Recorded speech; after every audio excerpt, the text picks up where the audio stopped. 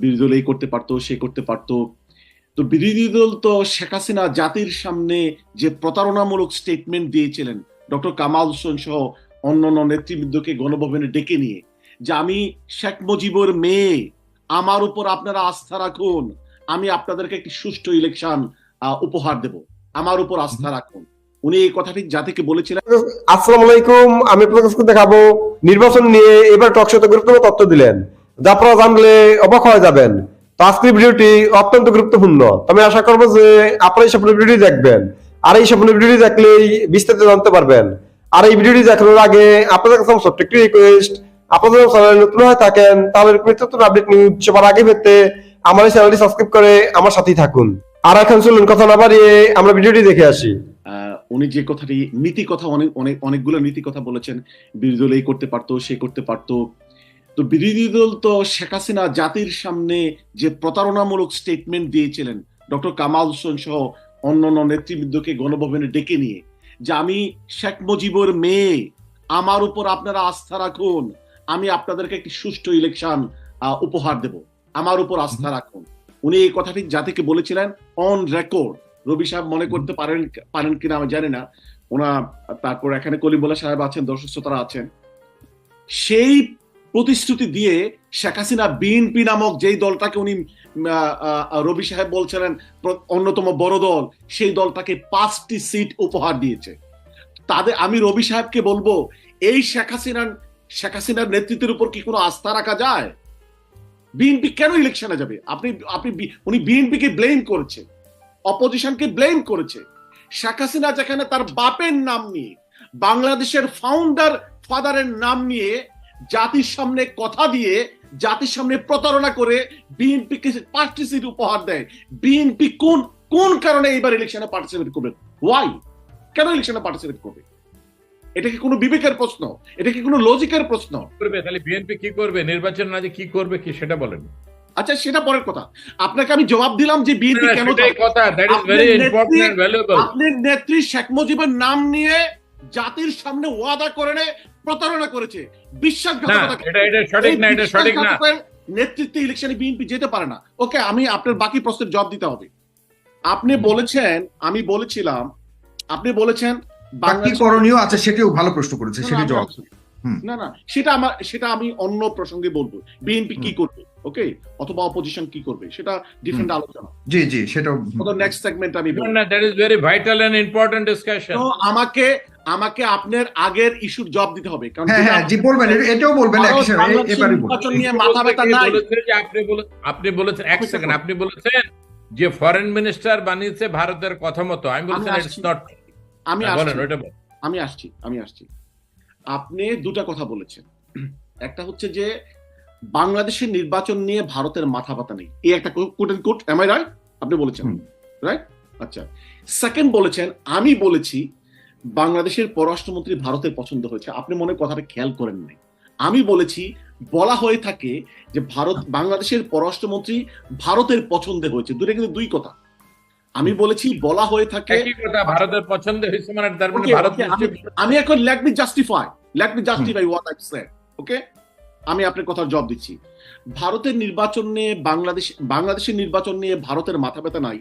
আপনি কি এই কথাটি বলছেন আওয়ামী লীগের প্রতি দলীয় আনুগত্যের ভিত্তিতে, নাকি যেভাবে আপনাকে প্রশ্ন করেছিলেন উপস্থাপক যে মানে 41% ভোট হয়েছে, সে ব্যাপারে আপনি জবাব দিবেন কিনা, আপনি এড়িয়ে গিয়েছেন কারণ আপনার আওয়ামী লীগের প্রতি মানে আনুগত্য রয়েছে, আপনি এখানে সঠিক কথা বলবেন না, হয়তো এই কারণে। বাট আমি আপনাকে বলছি ভারতের মাথা ব্যথা আছে কিনা সে ব্যাপারে আমি কিছু কথা বলছি।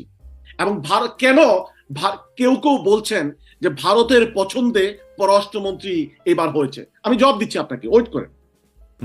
সেটা হচ্ছে, দেখুন, আমি জানি না আওয়ামী লীগের কোন পজিশনে আছেন, আপনার সেক্রেটারি জেনারেল নির্বাচনের পূর্বে একটা কথা বলেছে, পরে কথা বলছে, দুইটা বক্তব্য আপনি শুনেন।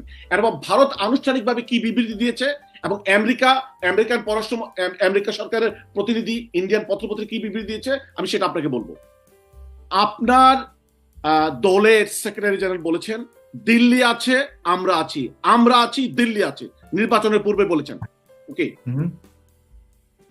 এরপরে বলেছেন আমেরিকার সাথে তোলে আপোষ হয়ে গিয়েছে। এরপরে বলেছেন যে নির্বাচনের পরে বলেছেন, যেটা উনি নির্বাচন কয়েকদিন পরে মানে উনি যখন ভারতীয় হাইকমিশনে দেখা করলেন, বের হয়ে উনি বললেন যে আমাদেরকে স্বীকার করতেই হবে। আমি কুট এন্ড কুট বলছি, ভারত শক্ত অবস্থান না নিলে এই নির্বাচনটি অনুষ্ঠিত হতো না। এম আই রাইট রবি সাহেব? আপনার সেক্রেটারি জেনারেল কথা বলেছে। বলেছে ঠিক আছে। তাহলে আমি বলবো, বাংলাদেশের রাজনীতি সম্পর্কে আপনি আমাকে যে অভিযোগ করছেন লন্ডনে থেকে কথা বলি, বাংলাদেশের রাজনীতি সম্পর্কে আপনি খোঁজখবর রাখেন না, অথবা আপনি সত্য লুকাচ্ছেন। এরপরে আসেন, এটা তো গেল আপনার সেক্রেটারি জেনারেলের কথা, যে আপনার সেক্রেটারি জেনারেল স্বীকার করে নিয়েছে ভারত ইলেকশনটি করে নিয়েছে। আপনি আজকে দর্শকদের কাছে স্বীকার করে নেন আপনি যেই মানে আমার বক্তব্যের বিপক্ষে যে কথা বলেছিলেন, সেই বক্তব্যে তিনি আবার বলেছিলেন যে বিএনপি অন্যান্য দেশকে নিয়ে নির্বাচনকে ভণ্ডুল করতে চাচ্ছে, ভারত পাশে না থাকলে নির্বাচন হতো না। ভণ্ডুল করতে চাওয়ার ব্যাপারটা তিনি বলেছিলেন। আমি ভারতের চাপটা শেষ করি। ভারতে সর্বশেষ যে মিটিংটি হয় বাংলাদেশ ইস্যুতে, মানে 2+2 মিটিংটি যখন হয় আমেরিকা এবং ভারতে, মানে আমেরিকা এবং ভারত যখন মিটিং করে 2+2 মিটিং এর পরে, সেখানে একটি সাইড লাইন মিটিং হয়েছিল। রবি সাহেব তো বাংলাদেশের পত্রপত্রিকার খবর রাখেন না, আমি জানি না ইন্ডিয়ার পত্রপত্রিকার খবর ওনার আছে কিনা। 2+2 এর পরে একটি সাইড লাইন মিটিং হয়েছিল বাংলাদেশের ব্যাপারে। ভারতের পত্রপত্রিকাতে এবং ইন্টারন্যাশনাল মিডিয়াতে এসেছে যে America and India agreed to disagree on Bangladesh. আমি আবারও বলছি, India and America agreed to disagree on Bangladesh matter. কি ব্যাপারে এগ্রিড টু ডিসএগ্রি করেছে তারা? ভারত বাংলাদেশের স্ট্যাটাস কো মেনটেন করতে চেয়েছে।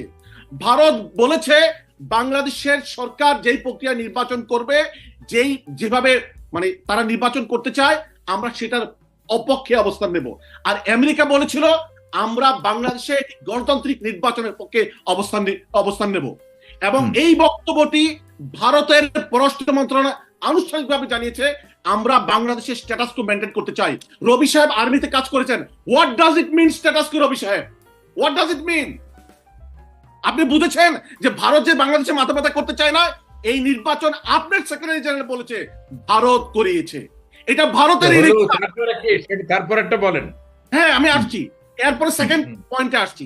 অর্থাৎ আমি বলছি এই নির্বাচনে ভারত বিজয়ী হয়েছে।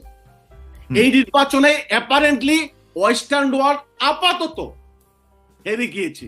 এই নির্বাচনে ভারত বিজয়ী হয়েছে। যেহেতু ভারতের পররাষ্ট্র নীতি বিজয়ী হয়েছে, মানে কি ভারত তার একটি পক্ষের পররাষ্ট্র মন্ত্রী দেখতে চেয়েছেন বলে কোন পর্যবেক্ষক মনে করেন। আমি মনে করি তাদের পর্যবেক্ষণের পক্ষে আমার যুক্তি শোনেন। আপনার এই যে সরকার যে ক্যাবিনেট গঠন করলো, পররাষ্ট্র নীতিতে কলিমুল্লাহ সাহেব আছেন, এই কথাটি আমি আরেক প্রোগ্রামেও বলেছি। আমি ডিপ্লোমেসিক ওয়ার্ল্ডে কাজ করি দীর্ঘ প্রায় 2 দশকের উপরে। আমি এই সরকারের ক্যাবিনেটে আমি 2 জনকে চিনি যারা পররাষ্ট্র নীতি নিয়ে ভালো অভিজ্ঞতা রাখে। তো আমি আশা করছি যে আপনারা সকলে ভিডিওটি দেখেছেন। আপনাদের যদি বিষয়টি নিয়ে কোনো মতামত থাকে আমাকে অবশ্যই কমেন্টে জানাবেন। আর আপনারা যদি চ্যানেলে নতুন হয়ে থাকেন তাহলে আমার এই চ্যানেলটি সাবস্ক্রাইব করে আমার সাথেই থাকুন। তো দেখা হচ্ছে পরবর্তী ভিডিওতে। সে পর্যন্ত সবাই ভালো থাকবেন, সুস্থ থাকবেন। আল্লাহ হাফেজ।